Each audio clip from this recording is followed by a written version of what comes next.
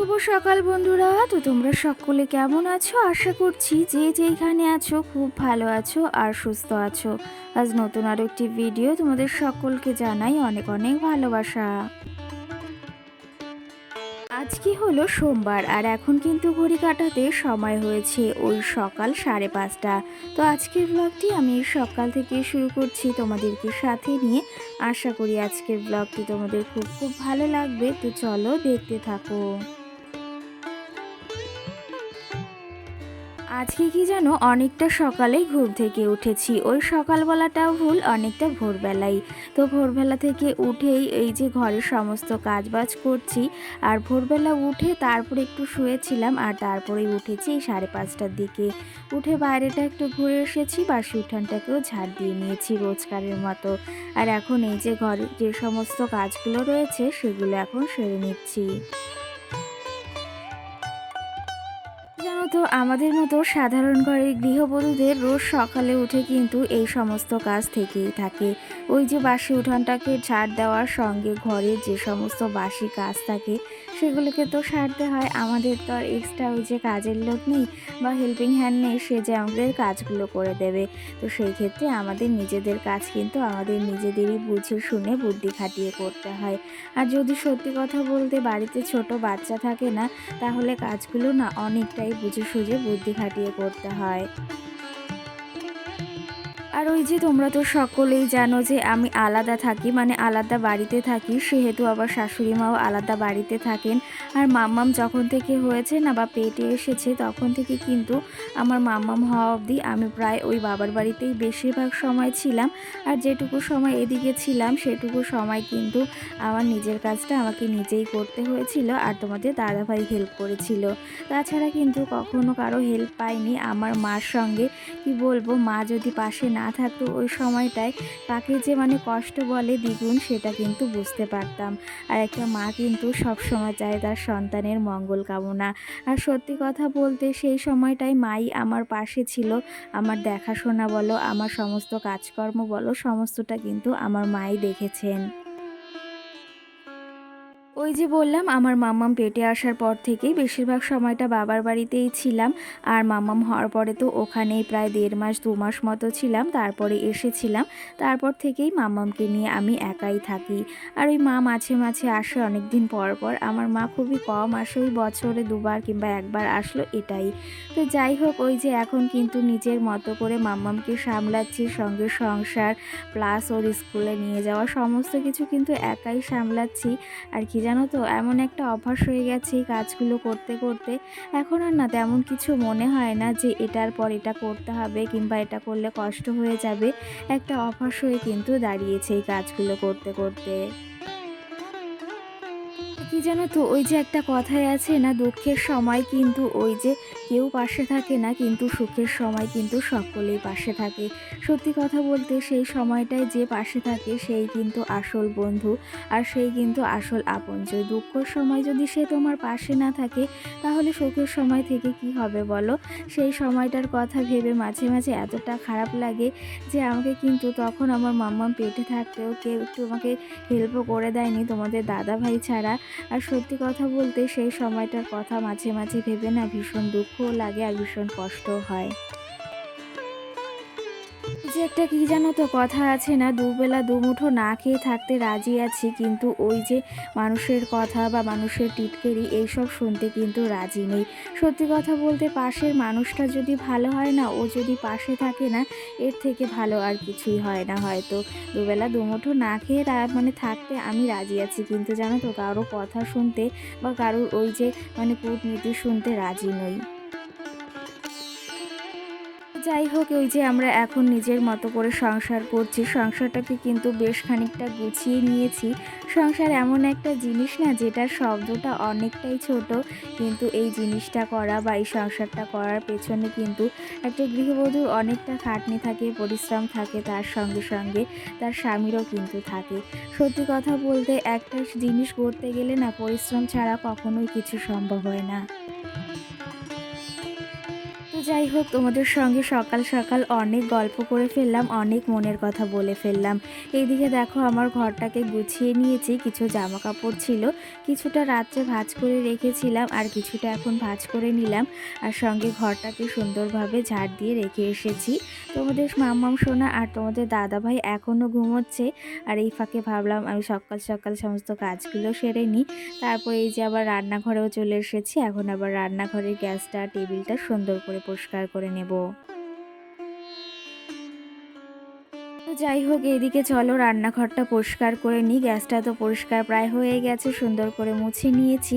আর তোমাদের কিছু কমেন্টের রিপ্লাই দেবো। আগের দিন তোমাদের সঙ্গে কোনো ভিডিও শেয়ার করতে পারিনি, আর তার আগের দিনের ভিডিওতে কোনো রিপ্লাই দিতে পারিনি কমেন্টের। আজকে কিন্তু কিছু হলেও রিপ্লাই দেব। আর তোমরা অনেকেই কিন্তু আমার হোম ট্যুর বা রুম ট্যুরের ভিডিও চাইছো, যদি কেউ দেখতে চাও অবশ্যই একটা কমেন্ট করে জানিও। তবে আমি দু একদিনের ভেতর আমার হোম ট্যুরের ভিডিও শেয়ার করার চেষ্টা করব তোমাদের সঙ্গে। কটা দিন আগের ভিডিওতে আমাকে একজন কমেন্ট করেছিল তোমার ভিডিওগুলো দেখতে খুব ভালো লাগে মন বন্ধু আমার, সেই ক্ষেত্রে অসংখ্য ধন্যবাদ তোমাকে। আগের দিনের ভিডিওতে আমাদের ব্যস্ত জীবনে আমি দিদিভাই আমাকে কমেন্ট করেছে অনেক দিন পর, কিন্তু দিদিভাই কেমন আছো অবশ্যই কমেন্ট করে জানিও। আর দিদিভাই কমেন্টটা করেছে তোমার দুটো জিনিসই খুব সুন্দর হয়েছে, আমিও যদি এরকম পেতাম তাহলে রাখতাম। সত্যি কথা বলতে জিনিস দুটো কিন্তু আমারও ভীষণ পছন্দ হয়েছে, আর জিনিস দুটো কিন্তু খুব ভালো। তো সেই ক্ষেত্রেই রেখেছি। কি জানো তো, একবারে তো সংসারের জিনিস সমস্তটা কেনা সম্ভব নয়। তো সেই ক্ষেত্রে আস্তে আস্তে টুকটুক করে একটু সংসারটাকে গুছিয়ে তুলছি। আর কি জানো তো, সংসারের জিনিসগুলো কিনতে না আমার ভীষণই ভালো লাগে।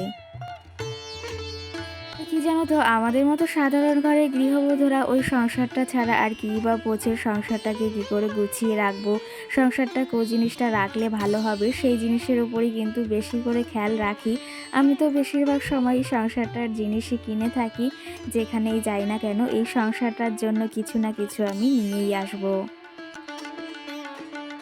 তো যাই হোক, দুটো কমেন্টের রিপ্লাই দিয়েছি, আরও কিছু কমেন্টের রিপ্লাই দেব। তার আগে রান্নাঘরটা দেখো অনেকটাই আমি মুছে নিয়েছি, পরিষ্কার করে নিয়েছি, আর এদিকে সুন্দর করে কিন্তু গুছিয়েও নিয়েছি। এইদিকে দেখো তোমাদের ফুল লুকটা শেয়ার করছি, সমস্ত কিন্তু একদম গুছিয়ে নিয়েছি, দেখতে কিন্তু ভীষণই সুন্দর লাগছে।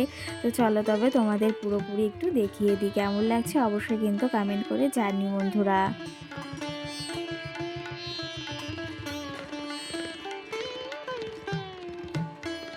চলো তবে রান্নাঘরটা ওইদিকে সুন্দর করে সকাল সকাল পরিষ্কার করে গুছিয়ে নিয়েছি। এখন আবার চলে এসেছি সিঁড়ির সামনেটায়, এই গাছগুলোকে একটু জল দেবো, একটু যত্ন নিতে হবে।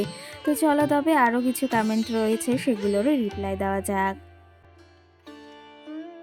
দীপিকা নামে একজন আমাকে কমেন্ট করেছে, থ্যাংক ইউ দিদি ভাই আমার নামটা নেওয়ার জন্য। থ্যাংক ইউ দেওয়ার কি আছে, তোমাদের নাম নিতে না আমারও ভীষণ ভালো লাগে। আর তুমি এই যে সুন্দর সুন্দর কমেন্ট করো সেগুলো পড়তেও ভীষণ ভালো লাগে। আর এই যে তুমি যদি আজকে আমার ভিডিওটি দেখে থাকো অবশ্যই একটা কমেন্ট করে কিন্তু জানিও। সঙ্গে মনীষা দে আমাকে কমেন্ট করেছে খুব সুন্দর লাগলো, সেই ক্ষেত্রে অসংখ্য ধন্যবাদ তোমাকে।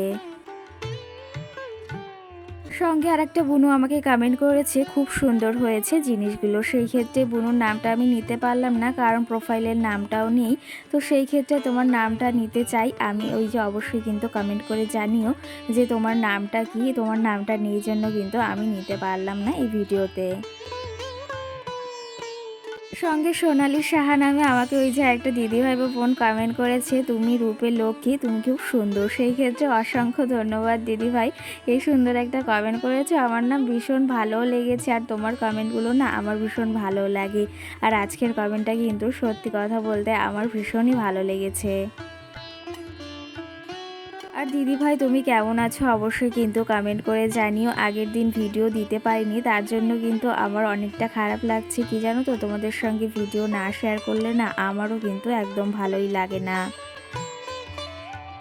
কিন্তু ওই যে কিছু করার নেই, একদমই পারলাম না ভিডিওটা এডিট করতে, যার জন্য এই ভিডিওটা দিতেও একদিন বা দুদিন লেট হয়ে যাচ্ছে।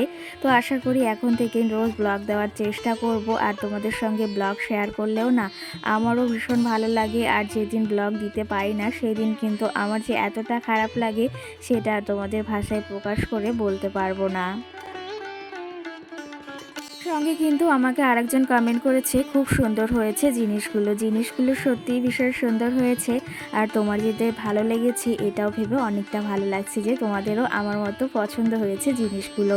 সঙ্গে কিন্তু আরেকজন আমাকে কমেন্ট করেছে, সেই কমেন্টটা হলো,